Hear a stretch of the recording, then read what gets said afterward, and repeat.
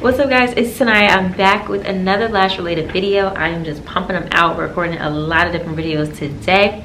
So excuse me if you see me in the same top of multiple videos, okay?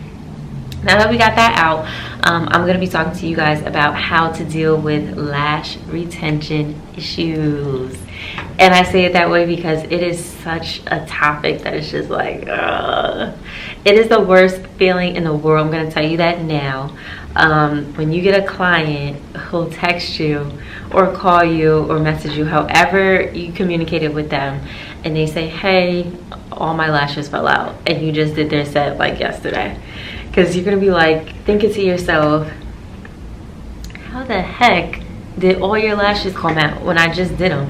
So when I just started, this happened to me, oh my gosh. And you're just like, how did that happen? I'm using this strong glue. How can they come off? What did you do? And like, I think it becomes a battle between the lash tech and the client, and they both want to blame each other. And it's just like, there's so much to it. So when you're applying lash extensions, you are using lash extension glue that has a very strong ingredient. I'm gonna botch the name, but cyanoacrylate, I can't say it. It starts with a C. Very, very strong adhesive. And you really shouldn't have much of an issue. But there's things you can do on your end of things as a lash tech, and there's things that the client can do on their end so that you have long lasting sets. So I'm going to start off with things that you can do on the lash tech end. You want to make sure that with whatever glue you are using, make sure before your client comes in, they have glue shakers. Shake the heck out of this glue. Shake it for a minute. I don't have a glue shaker, but I always shake my glue before my client comes in, or right when my client is like walking in. I'll just shake it even more. The other thing that you want to do is get a hygrometer. Know what your humidity is in your room and know what your temperature is in your room. Look at the back of your lash glue. It tells you what the humidity should be, and then it may tell you the humidity but not the temperature. If that's the case, go on their website and look under the details of the glue that you're buying and see what the directions say from that company as far as the temperature, and make sure you're always in that setting. Okay, so then once your humidity is set, your temperature was set right, okay, cool. That wasn't the issue. Your glue was shaking, cool. That wasn't the issue. So always make sure that you are in the proper setting in your space. The other thing that I'm gonna recommend on the lash tech end is make sure when you're done with the set, make sure you really spend a few minutes with the lash fan drying their lashes. Also, you might want to get a nano mister, okay? Don't go like this with the mister, go a little far away, and make sure you're misting their lashes as well. So you want to make sure that you can get it as dry as possible. Don't just dry their lashes for 30 seconds and then send them on their way. Like, take some time and like really dry their lashes. So you'll probably like, they're laying back, you'll probably hold the fan like this, but sometimes I go underneath as well, and I get close up and stuff like that. I may lift the eyes a little bit, and I like really get in there with the lash fan, and then follow up with a good sealant. So this is the Ruthie Bell Super Bonder. You can use another company. This is the only company I've tried. I want to try Live Bay's sealant soon, but I've been using this forever. So once you kind of use something for a long time, it's hard to drift from it. Make sure you're using the sealant, so you can say, okay, my humidity temperature is done, my glue is good, I used the sealant, I dried their lashes good. The last thing I'm going to say on a lash tech side, if you don't have proper placement of the lash extension, it's not going to stay. It's not going to stay. I'll see if I can insert a picture. So I'll show you my finger as an example. This is their natural lash, right? I hope I can get this angle right. And you put the extension on. Let's say you put the extension on, and you can't see any cracks through my fingers, right? It's just lash extension to natural lash. It's on good. Don't apply your, let's say this is the lash extension, and you apply it like this, and you got the bottom sticking out. That's not gonna stay on, okay? You don't want your bottom sticking out this far.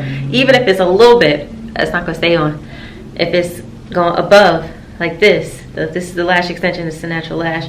If the end where my finger is above, it's not on like that, it's not gonna stay on. So you need to make sure that when you're applying the lashes that you have the proper attachment. If it's underneath, you see the end of my finger is on top, on the side, on. You don't want it sticking out or up. If you see it while you're lashing, this happened to me before. If I see it, I'm like, ooh, that wasn't a good attachment. Pop it right off and put a new one on the right way, because then you know it's attached on the way it's supposed to be. So if you're starting out too, like that could really be your problem. So when you're lashing, look at the attachment. If you see the bottom sticking up, take it off, put a new one on. So if you have proper attachment, your glue is fine. Your glue is an old glue. I buy a new glue every 3 to 4 weeks. Even if my old glue bottle isn't used up and it's been 4 weeks, I start a new one. Your glue is good. Your temperature and humidity is right. You put a sealant on. Okay.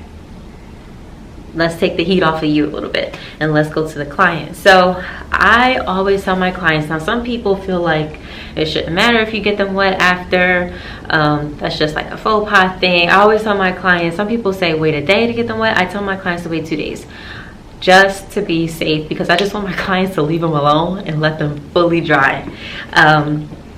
And people who like just don't touch them, they're not getting them wet for the 2 days. They're not pulling at them, picking at them. They're not sleeping on their eye. If you're an eye sleeper, I'm a side sleeper. I always ask, like, do you sleep on your side or anything when they come in for a fill? Because you can tell like one eye has more than the other. They're probably gonna lose more that way. So if they're constantly picking at them, bothering them, they're gonna fall out quicker.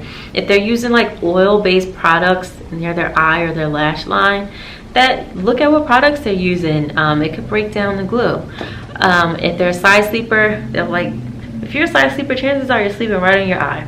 You know, when I'm a side sleeper, I sleep my pillows here, and sometimes like one eye is literally on my pillow.